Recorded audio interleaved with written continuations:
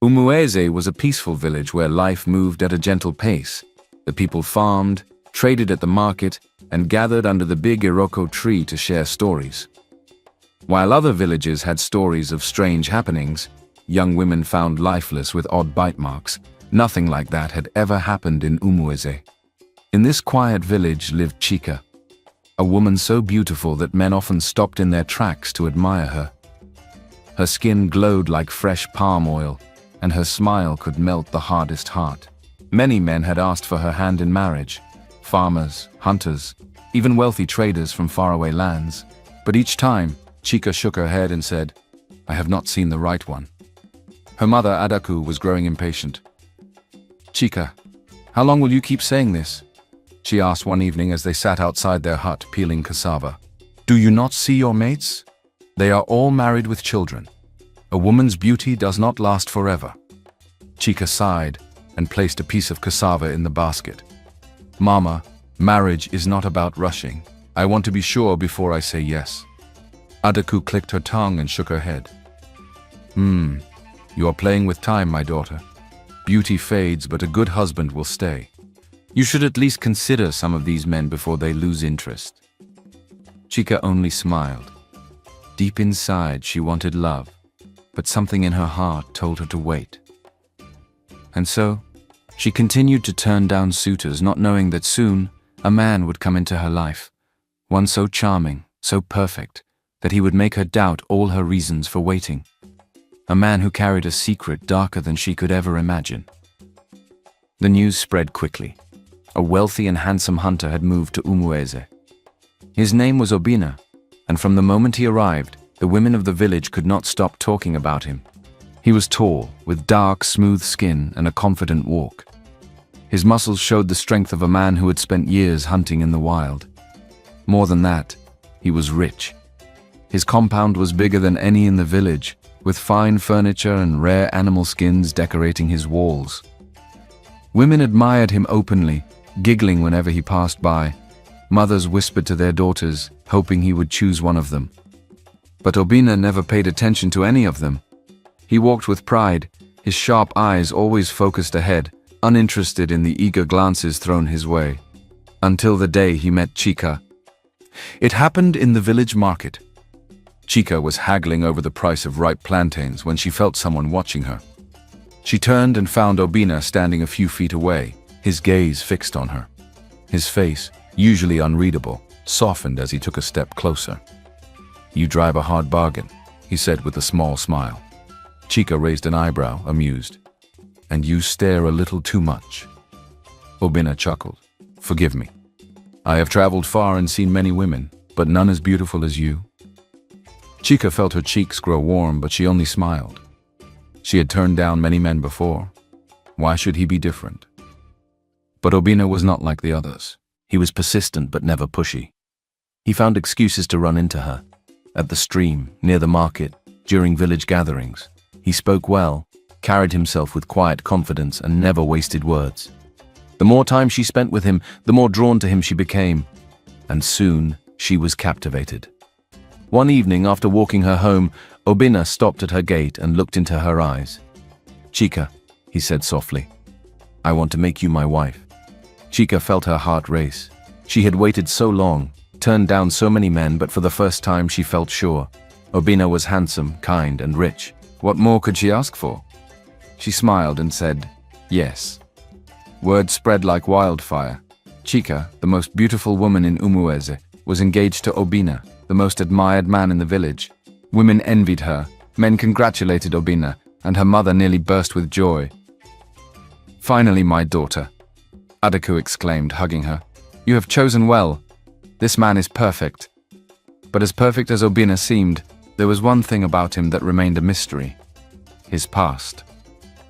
Whenever Chika asked about his family, he gave the same short answer. "I lost my parents when I was young. I have no family left." Chika did not press further. She was too happy to care. She had finally found the one. Soon, she would be a wife. The first time Chika had the dream, she woke up in a cold sweat. She was standing alone in a vast empty space, the air thick and silent.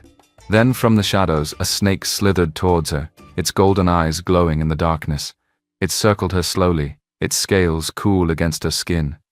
She tried to move, but her feet were heavy, stuck to the ground. Then just as the snake raised its head to stare directly into her eyes, she woke up. At first she ignored it, but when the dream kept returning night after night, she grew uneasy. One afternoon, as she helped her mother pound yam, she finally spoke about it. "Mama, something is bothering me," she said hesitantly.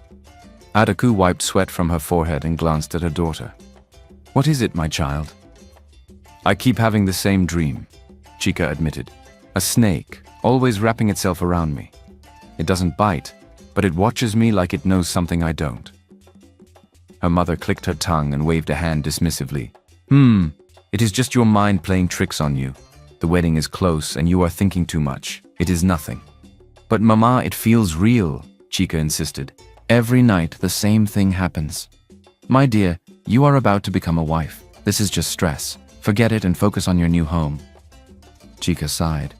Maybe her mother was right. Maybe it was just wedding anxiety. Still, later that evening, she decided to mention it to Obina. They were sitting outside his compound, the night breeze cool against their skin. Fireflies flickered in the darkness and the faint sounds of the village drifted in the air. "Obina," she said softly, "I've been having a strange dream." He turned to her, his expression calm. "Tell me." She hesitated for a moment, then said, "A snake. It keeps appearing in my sleep. It coils around me and just watches, like it's waiting to attack." For a brief second, Obina's face changed. It was quick, so quick that Chica almost thought she imagined it. His eyes darkened, his jaw tightened. Then, just as fast, he threw his head back and laughed. "Ah, my love," he said, grinning. "The only snake you need to worry about is my manhood." Chica felt heat rush to her face as she realized what he meant. She playfully hit his arm. "Obina, I'm serious." "And I'm telling you, it is nothing," he said, still chuckling. "Dreams mean nothing, my dear. What matters is that we are getting married soon." Chica looked at him, then sighed. Maybe he was right. Maybe she was just being foolish. So she pushed the worry aside. She told herself it was nothing. The day of Chica and Obina's wedding was filled with music, laughter, and celebration. The whole of Umweze gathered to witness the union of the village's most beautiful woman and its most admired man. Chica looked radiant in her traditional attire, her coral beads resting gracefully on her neck, her smile bright with happiness. Obina, standing tall beside her, exuded pride as he took her hand in front of the elders and vowed to love and protect her. Adaku wiped tears from her eyes. Her daughter was finally a wife. The festivities stretched into the night, drumming, dancing, and feasting. When it was finally time for the bride and groom to retire, the women led Chica to her husband's home, singing songs of love and fruitfulness. The house was quiet when Obina closed the door behind them.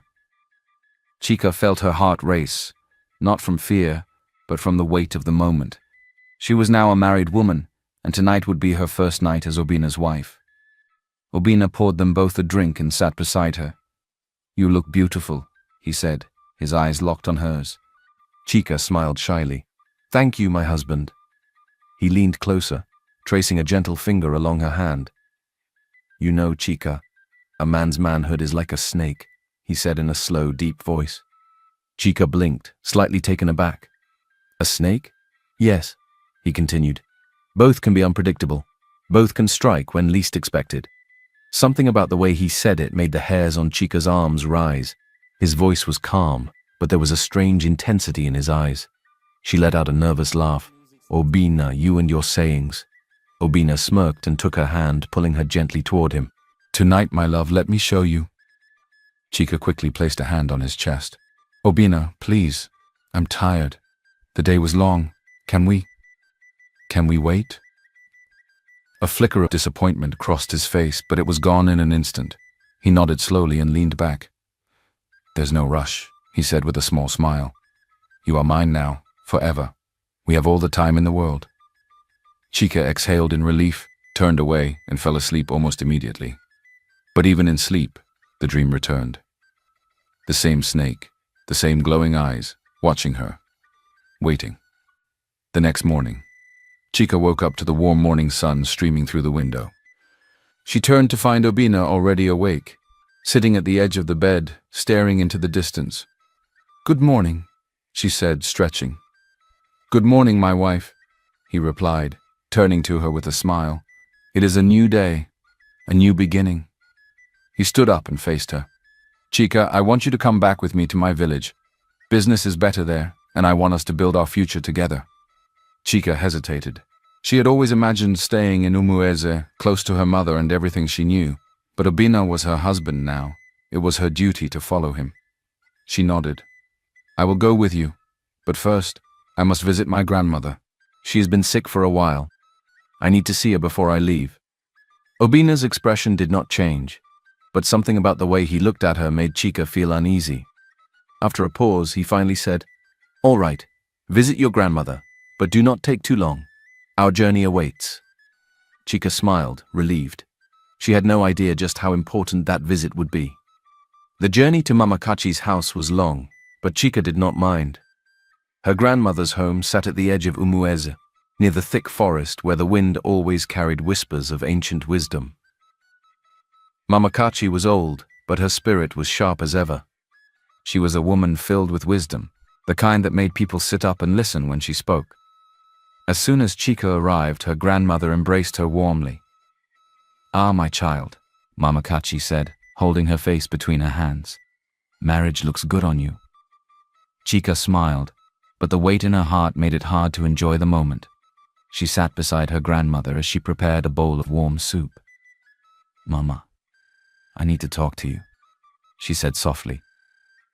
Mama Kachi glanced at her, reading the worry in her granddaughter's eyes. "Go on, my child." Chica hesitated, then took a deep breath. "I have been having strange dreams, Mama. The same dream over and over, a snake circling around me, staring at me." Mama Kachi stopped stirring the soup. She turned slowly, her wise old eyes narrowing. "A snake." Chica nodded. "And there is more. Obina wants me to leave Umueze with him. He says business is better in his village and we should start our life there." Her grandmother was silent for a moment. Then she placed the wooden spoon down and turned to face Chica fully. "My child," she said in a low voice, "before you follow a man into the unknown, you must seek the truth." Chica frowned. "What do you mean?" "Dreams are not just dreams," Mama Kachi said. "They are sometimes warnings. And a snake that watches you but does not bite, that is a sign of something hidden, something waiting to reveal itself, to harm." Chica swallowed hard. "So, what should I do?" Mama Kachi held her gaze firmly. "Go to the oracle. Ask what your dreams mean. Ask who your husband truly is. I feel your dreams are connected to your husband somehow, but I cannot place it." Chica hesitated.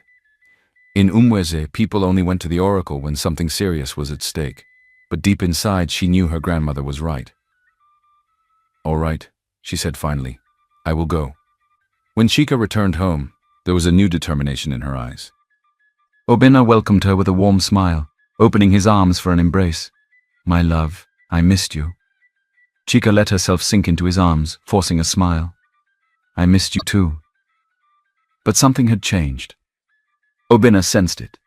He studied her face for a moment, his sharp eyes searching. "You seem different. Did something happen?" Chica shook her head quickly. "Nothing, my love. I am just preparing myself for our journey." Obina watched her for a long moment before nodding. "Good. We leave tomorrow." Chica smiled, but inside her heart raced. She had no idea what awaited her, but one thing was certain. She was not leaving Umwez blind. Later that day, Chica sat in her hut, her heart pounding in her chest. Tonight was the night. She had spent the last few hours pretending to be her usual self, smiling at Obina, speaking softly, and preparing for their journey. But deep inside, she knew she had to act before it was too late. She reached into the small bag beside her bed and touched the flute the oracle had given her. It was smooth, carved with tiny snake patterns, its power hidden in its unassuming size. You must use it carefully, the oracle had warned her. Once played, the truth will come out. The creature is bound to him, but it is also dangerous. Be ready. She took a deep breath. She was ready.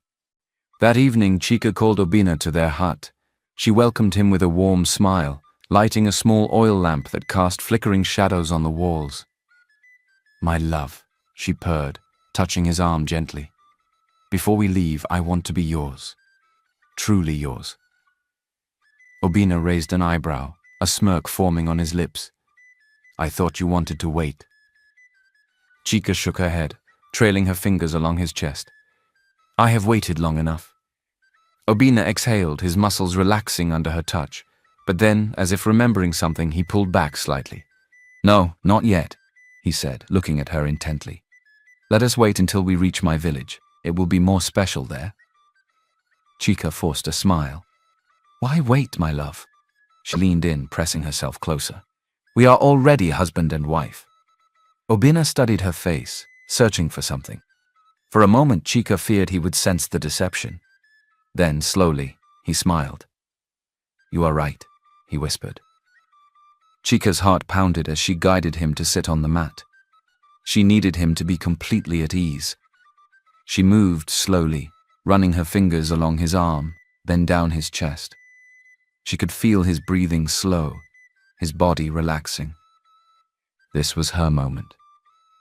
She reached behind her, gripping the flute.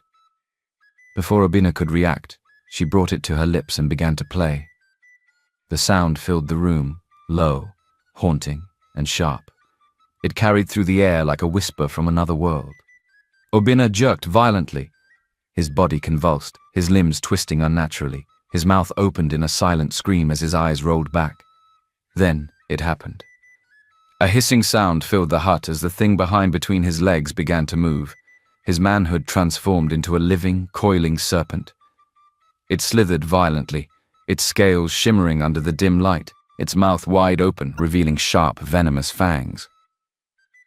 Chika stumbled backward, horrified. She had expected something unnatural, but not this. The snake let out an angry hiss, sensing the deception. It knew. Obina gasped, his body trembling as he clutched his stomach. He turned to Chika, his face twisted in anger and shock. "What have you done?" he growled, his voice barely human. Chika gripped the flute tighter. Her breath was unsteady, but she stood firm. It was time for the truth. "I went to the oracle after visiting my grandmother," she said, her voice steady despite the fear rising in her chest. "She told me the truth about you, Obina." Obina's nostrils flared. The snake at his waist coiled tighter, preparing to strike. Chika stepped back, refusing to look away. "You are not a normal man," she continued. "Your manhood is not flesh. It is a snake, a venomous creature. And the women you have been with before me, they were all killed by you." Obina's face darkened. "You should not have done this, Chika." Her fingers trembled against the flute, but she did not stop. "You never stay in one village long enough to be discovered," she whispered. "You leave before they can put the pieces together. But this time, you chose the wrong woman." Obina bared his teeth. The snake at his waist twitched, its yellow eyes fixed on Chika. For a moment, they stood in silence. Then suddenly, Obina lunged. Chika had only one chance. She lifted the flute to her lips and played again. The melody pierced the air, vibrating with an unnatural force. The snake convulsed violently, its body twisting as if it was being ripped apart from Obina. Obina screamed. The creature at his waist writhed in agony, its mouth foaming. The sound of the flute forced it out of hiding, breaking whatever control Obina had over it. But the oracle's warning echoed in Chika's mind. "Be careful. The snake is bound to his soul. If it is destroyed, so is he." Tears blurred Chika's vision as she watched the man she once loved struggle, his body breaking under the power of the flute. Obina's body trembled, his face twisted in pain as the flute's power held him captive. The serpent coiled around his waist hissed violently, its golden eyes glowing with fury. Then, with a broken laugh, he spoke. You finally know the truth, he gasped, his voice laced with something between madness and amusement. His body shuddered, his strength fading, yet his lips curled into a wicked smile. Yes, I killed them, he admitted, his voice eerily calm. The women from the villages, they all died by my hands. Or rather, by my snake. Chica's stomach twisted in disgust. She had known the truth, but hearing him say it, hearing him admit it so casually made her blood boil. But it's not my fault, Obina continued, his breathing ragged. They were drawn to me. My wealth, my face, my charm. They wanted to be with me, so I gave them what they desired, and the snake took the rest. He laughed then, a dark, chilling sound that sent shivers down Chica's spine. She gripped the flute tighter.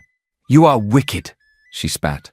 A woman being attracted to a man is not a crime. It is not a reason to kill. Obina tilted his head, his smirk fading. For the first time, his expression showed something close to fear. You think you have won? He whispered. You think you have saved yourself? Chica lifted the flute again. No, Obina, she said, her voice steady. I have saved them all. She played the final note. A deafening hiss filled the hut as the snake convulsed violently, its body twisting and curling in agony. Obina screamed, his eyes wide with terror as the magic of the flute ripped the creature from his soul. The snake thrashed, its scales burning with unseen flames, its mouth opened wide in a silent shriek, and in one final brutal moment, it collapsed. Obina's body jerked, his mouth parting in a last breath. Then he fell still. The great hunter of Umueze was dead. His body lay lifeless, his arms outstretched, his face frozen in shock. The snake was wrapped around him, dead as well. The beast had been defeated. Chica stood in silence, staring at the horror she had uncovered.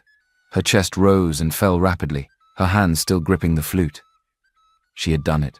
She had survived. But she was not alone for long. The sounds of Obina's screams had drawn the attention of the villagers. Soon, voices and footsteps rushed toward her hut. The door burst open, and the people of Umueze gasped in horror at what they saw. Obina's lifeless body, his snake coiled around him like a final embrace.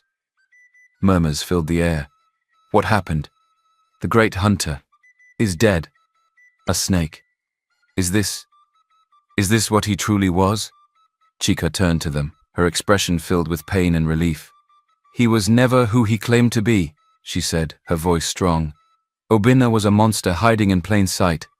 He killed those women in the neighboring villages, and he would have killed again. A heavy silence fell over the crowd. Then anger and realization set in. He was the one? An elder whispered, eyes wide in shock. The one who caused all those mysterious deaths? Yes, Chica confirmed. The weight of her words shook the entire village. Soon, news of Obina's true nature spread like wildfire. Neighboring villages that had once mourned their daughters now knew the truth. They finally had closure. Umueze had been spared, but only because of Chica's courage. For days, the village spoke of nothing else. Women wept for those who had been lost. Fathers and brothers cursed Obina's name, and elders shook their heads in sorrow. But amidst the sorrow, there was also relief. The danger was gone, and Chica was hailed as a hero. She was honored not just in Umueze, but in every village that had suffered loss. People praised her bravery, speaking of how she had uncovered the deception, how she had destroyed the hidden beast. Her name was spoken with respect. But even as life returned to normal, her story was never forgotten. For years, parents warned their daughters, not every handsome face is a blessing, not every wealthy man is a good man. Beware the ones who hide their true nature. And so, Chica's tale lived on. A warning, a lesson, a reminder that monsters do not always lurk in the dark. Sometimes they smile in the daylight.